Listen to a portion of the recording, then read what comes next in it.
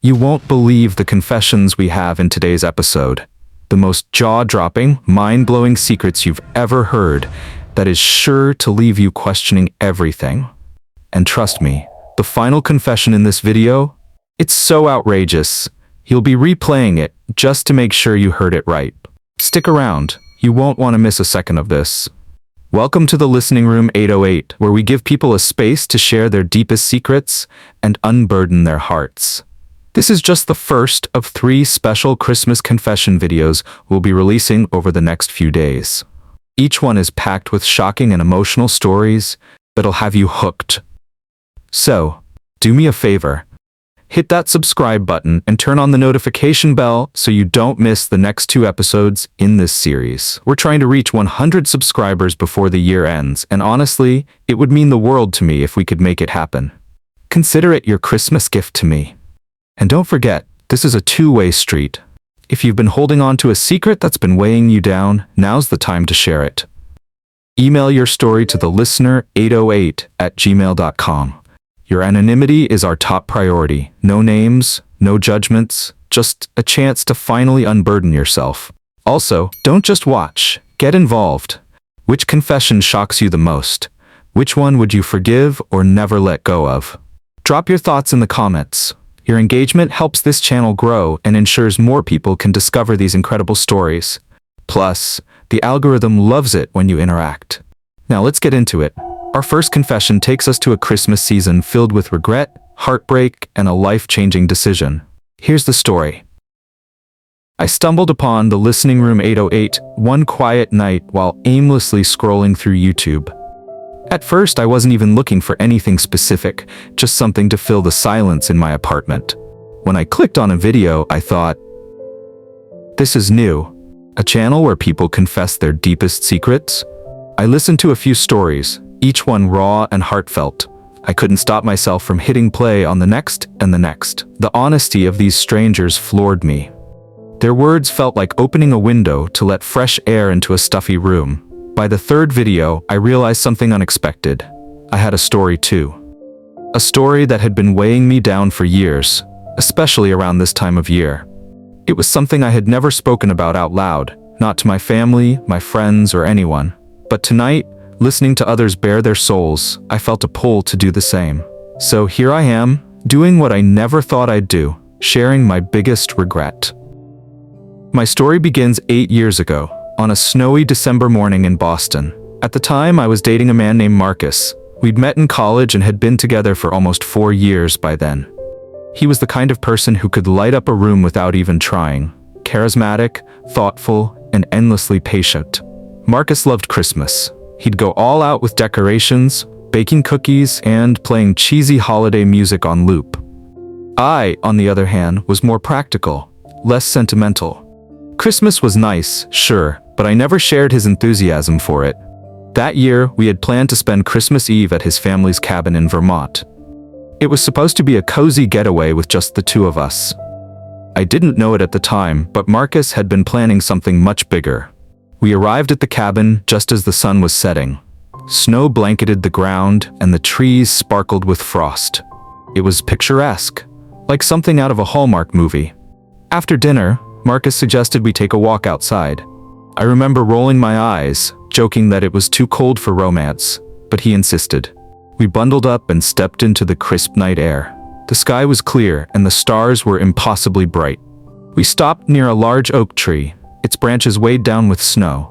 That's when Marcus turned to me, his hands trembling, not from the cold, but from nerves. "Amelia," he began, "I've loved you from the moment I met you. You're my best friend, my partner, my everything. I can't imagine spending the rest of my life without you." And then, he got down on one knee and pulled out a small velvet box. Inside was a simple, elegant diamond ring. My heart raced, and for a brief moment, I was speechless. This was what people dreamed of, wasn't it? A man who adored me, proposing under the stars on Christmas Eve. But instead of feeling joy, I felt panic. I wish I could say I had a good reason. I wish I could tell you there was some catastrophic issue between us that justified my hesitation. But the truth is, I was scared.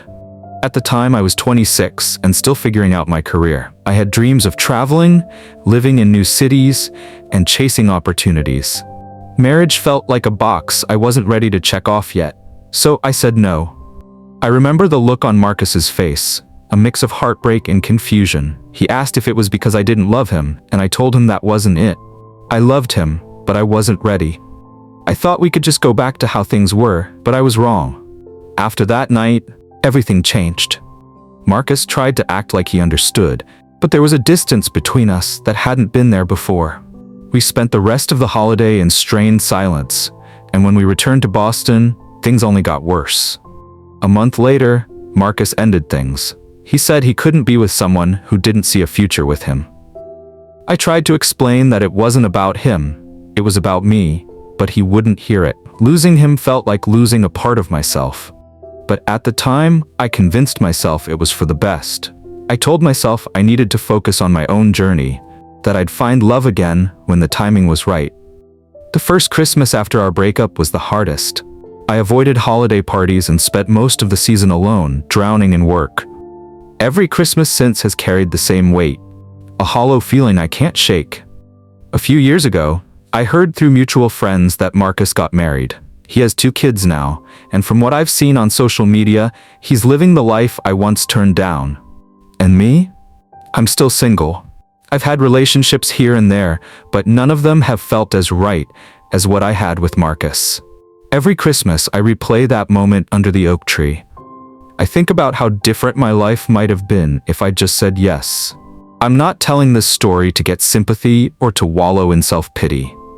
I'm sharing it because I know I'm not the only one who's let fear or doubt get in the way of something good. If there's one thing I've learned, it's that love isn't always convenient or perfectly timed. Sometimes, you have to take a leap of faith, even when it feels scary. So, to anyone out there listening, don't make the same mistake I did. If you have love in your life, hold on to it, cherish it. And if someone asks you to take a chance on them, don't let fear be the reason you say no. Thank you, the Listening Room 808, for giving me the space to share this. It's not easy to admit when you've made a mistake, but it's a step toward healing. And to Marcus, wherever you are, I hope you're happy. I'll always cherish the time we had together, even if it didn't end the way either of us hoped.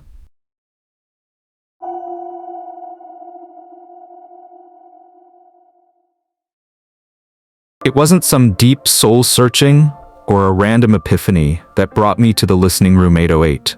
I'd like to say I stumbled upon it by accident, but truthfully, it was my sister. "You need to get this off your chest," she told me one evening after dinner. We were sitting on her couch, scrolling through her phone while the TV played a Hallmark movie in the background. "You're clearly carrying it around with you, and it's not healthy." At first, I brushed her off, laughing nervously. "I'm fine," I told her. "It's not like it haunts me or anything." But even as I said the words, I knew I was lying. The next day, she sent me the link to this channel.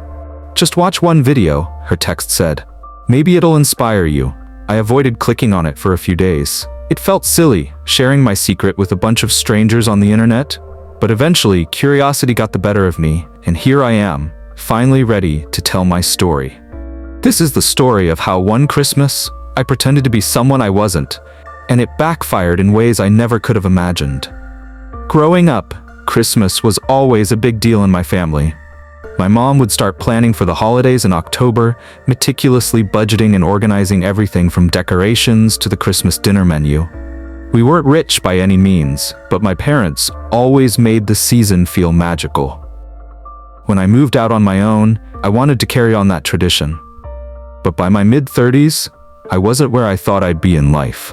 Most of my friends were married with kids, living in spacious homes with neatly decorated Christmas trees and Instagram-worthy holiday parties. Meanwhile, I was single, renting a small apartment, and barely making ends meet. That December, I scrolled through social media, watching everyone post their perfect holiday pictures. Friends were sharing stories of extravagant Christmas trips, their kids in matching pajamas, and perfectly curated holiday tables. I felt inadequate. Then came the family group chat. My sister casually mentioned that it was my turn to host Christmas dinner that year. It was supposed to be a low-key thing, but something inside me snapped. I wanted to prove to everyone, my family, my friends, and myself, that I was doing just fine. That I was successful, that I had my life together. It started small. I thought I'll just spruce up my apartment a little. I went to the store for some festive decorations, but once I started shopping, I couldn't stop. Suddenly, I wasn't just buying a few things, I was reimagining my entire apartment as a winter wonderland. Then I thought, why not make dinner more impressive too? Instead of the simple potluck we usually did, I decided to cater a gourmet meal. I also hired a bartender to mix holiday-themed cocktails, and even rented fancy dinnerware to make everything look upscale. And because no party is complete without gifts, I bought expensive presents for everyone. I didn't have the cash for any of it, but that's what credit cards are for, right? In my mind, this wasn't just a Christmas dinner. It was my chance to show everyone that I was thriving. The night of the party, my apartment looked like something out of a magazine. Twinkling lights, an extravagant centerpiece, and the smell of roasted duck wafting through the air. My guests were blown away. "Wow, this is incredible," my cousin exclaimed as she walked in. My sister gave me a knowing look as if to say, "Who are you and what have you done with my sibling?" The evening went off without a hitch. We laughed, ate, and toasted to the holidays. For the first time in years, I felt like I belonged. Like I was someone worth admiring. But as the night wore on, a knot began to form in my stomach. My sister cornered me in the kitchen, away from everyone else. "This is a lot," she said, gesturing to the lavish spread. "How did you afford all this?" I laughed it off, saying something about a bonus at work. But her eyes lingered on me, skeptical. After the party, the reality of what I'd done hit me like a freight train. I was over $8,000 in debt, and the first round of credit card bills arrived just as the holiday glow was fading. At first, I told myself it was worth it. My family had a great time, and for one night, I felt like I measured up. But the illusion didn't last long. A few weeks later, during a casual dinner at my sister's house, she brought up the Christmas party. "I've been thinking about that night," she said. "You've never done anything like that before. Is everything okay?" I broke down. I told her everything, how I felt like a failure, how I wanted to prove myself, and how I was now drowning in debt because of it. She listened quietly, then said something I'll never forget. "None of us care about any of that. We love you for who you are, not what you have." Word of my financial troubles spread quickly through the family. My parents were furious. They couldn't understand why I didn't just ask for help. My cousins teased me, calling me Mr. Rockefeller every chance they got. The worst part was the shame. Every time someone mentioned Christmas, I felt like a fraud. I started avoiding family gatherings and stopped decorating my apartment for the holidays altogether. But the debt was still there, and it took me years to pay it off. Every payment was a reminder of the night I tried to be someone I wasn't. Looking back, I realize how ridiculous it all was. I put myself through hell to impress people who never needed impressing in the first place. The truth is, the holidays aren't about perfection. They're about connection. About being with the people you love, no matter what your life looks like. If I could go back and do it all over again, I'd keep it simple. A potluck, some cheap decorations, and a night filled with laughter would have meant so much more than all the extravagance I tried to pull off. I'm sharing this story because I know I'm not the only one who's felt the pressure to maintain appearances during the holidays. It's easy to get caught up in the social media highlights and forget what truly matters. So if you're listening to this and feeling like you're not enough, let me be the first to tell you, you are. You don't need a fancy party or expensive gifts to prove your worth. The people who love you already know it. And if you're struggling to believe that, take it from someone who learned the hard way. It's not worth losing yourself to try and prove it. To the Listening Room 808, thank you for giving me the space to share this. It's not easy admitting when you've messed up, but sometimes saying it out loud is the first step toward letting it go. This holiday season, I'm choosing simplicity. No grand gestures, no pretending. Just love, laughter, and the people who matter most.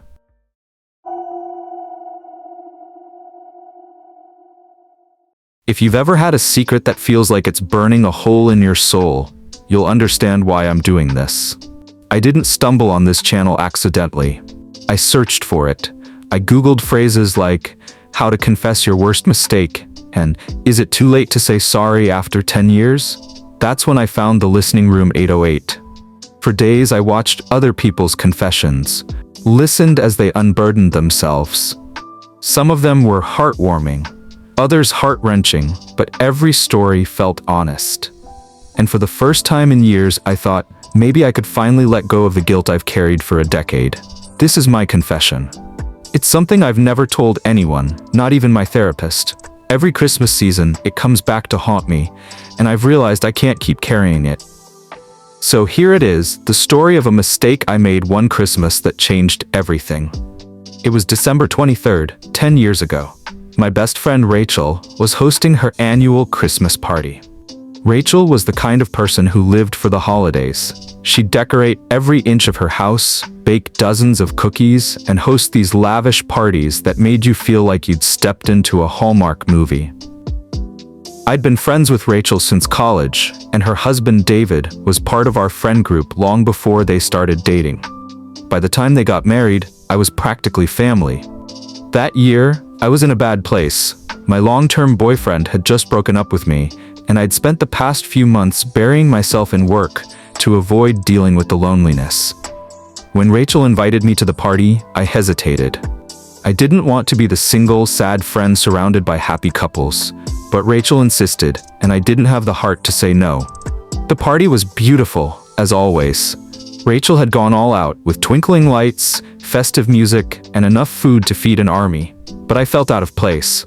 David noticed. He always had this way of reading people, of knowing when something was off. He pulled me aside at one point and asked if I was okay. I told him I was fine, but he didn't believe me. "Come on," he said, handing me a glass of wine. "Let's talk." We ended up in the den, away from the noise and the crowd.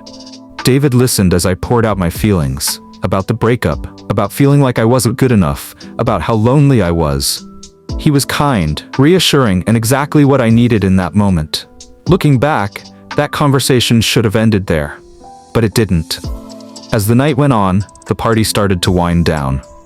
Rachel was busy saying goodbye to guests, and David and I ended up alone again, cleaning up in the kitchen.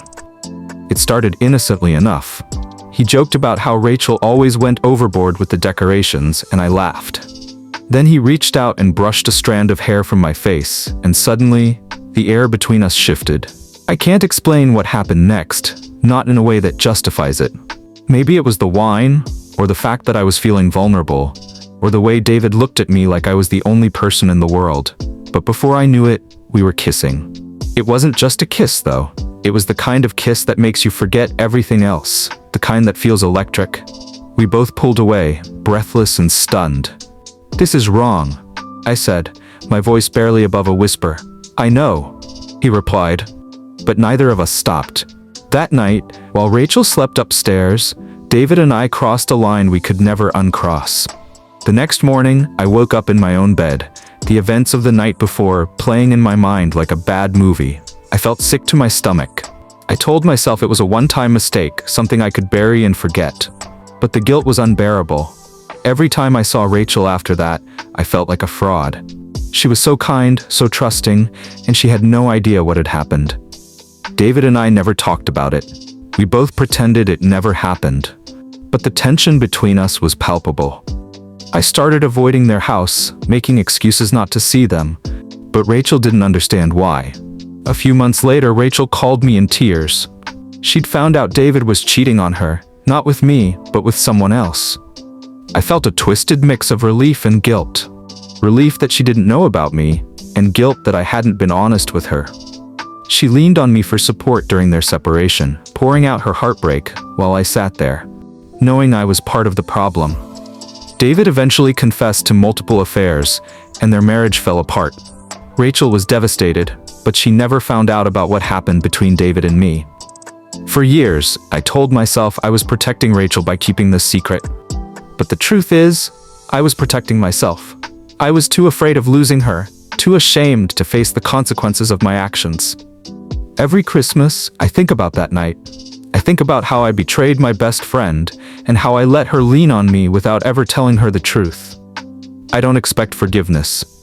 I don't even know if Rachel will ever hear this. But I needed to say it out loud to finally acknowledge what I did and stop hiding from it.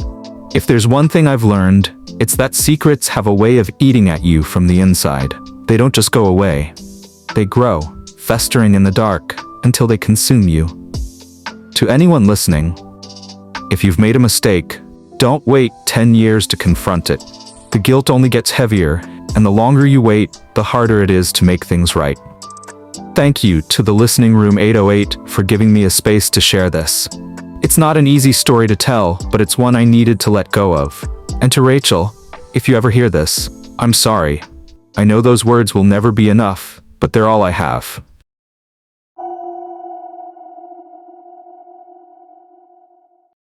I've always been a sucker for Christmas. The decorations, the carols, the cozy nights by the fire, it all just felt magical to me. But 3 years ago, Christmas stopped being my favorite time of year. Instead, it became a reminder of the day my world fell apart. I didn't find this channel by accident. My best friend Mia sent me a link after a late-night conversation where I finally told her the full story of what happened that Christmas. She told me, "You're not the only one who's been through something like this. Maybe sharing your story will help someone else." I hesitated at first. Telling this story feels like ripping open an old wound, but if it helps even one person see the red flags I ignored, it's worth it. So here it is, the story of how one Christmas gift shattered my picture-perfect relationship and exposed a betrayal I never saw coming. Everyone thought Jake and I were the perfect couple. We'd been together for 6 years, and I genuinely believed we were heading toward marriage. He was charming, attentive, and always knew how to make me laugh. We had our fair share of ups and downs, but doesn't every couple? I chalked up our occasional arguments to normal relationship stress. After all, Jake worked long hours and I was juggling a demanding career of my own. We were busy, but we loved each other. Or so I thought. That Christmas, we decided to host our families at our house. It was our first time playing host, and I wanted everything to be perfect. I spent weeks planning the menu, decorating the tree, and picking out gifts for everyone. Jake was surprisingly involved, helping me choose presents and offering to wrap them himself. Looking back, I should have questioned why he was suddenly so eager to help. But at the time, I just thought he was getting into the holiday spirit. Christmas morning was a whirlwind of activity. Our families were there.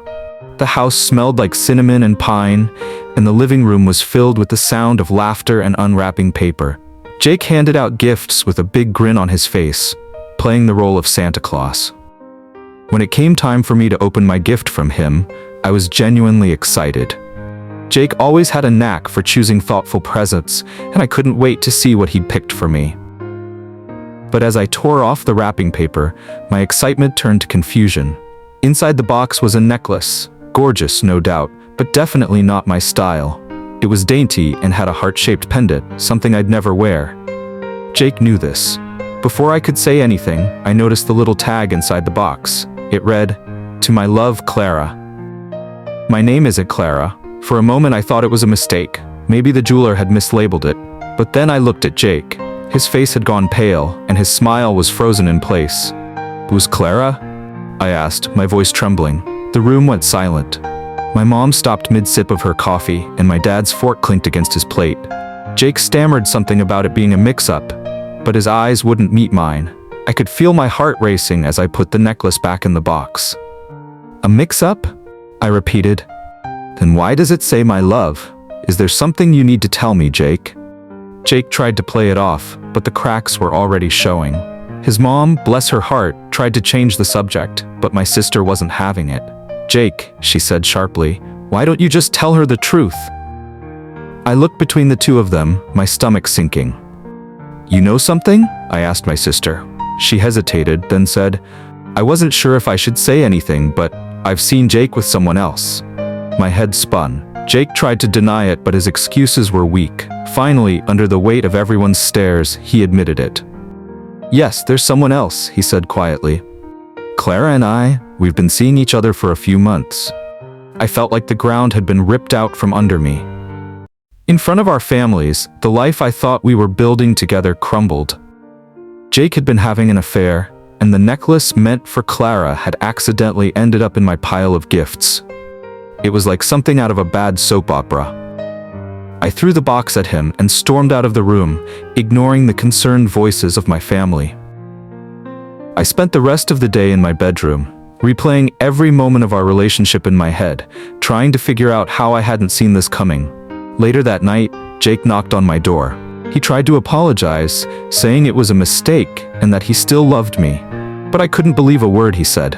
"How long?" I asked. 6 months, he admitted. But it didn't mean anything. 6 months isn't a mistake, Jake, I said, my voice shaking. It's a choice you made over and over again.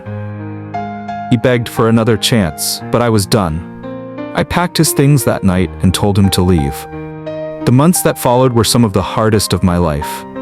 I had to field questions from friends and family, deal with the awkwardness of mutual acquaintances, and confront my own self-doubt. For a long time, I blamed myself. Maybe I wasn't enough. Maybe I worked too much or didn't show him how much I cared. But with time and a lot of therapy, I realized his betrayal wasn't about me. It was about his inability to be honest and loyal. Every Christmas, I'm reminded of that moment when I opened the box and saw Clara's name. But instead of feeling sad, I now see it as the day I dodged a bullet. Jake's betrayal hurt, but it also taught me a valuable lesson about trusting my instincts and valuing myself. I deserve someone who chooses me every single day, not just when it's convenient. This year, I'll be spending Christmas with my family, surrounded by love and laughter. And for the first time in years, I feel genuinely happy. I'm sharing this story because I know how easy it is to ignore red flags and believe in the picture-perfect life we want so badly. If my story helps someone else see the truth in their own situation, then it's worth sharing.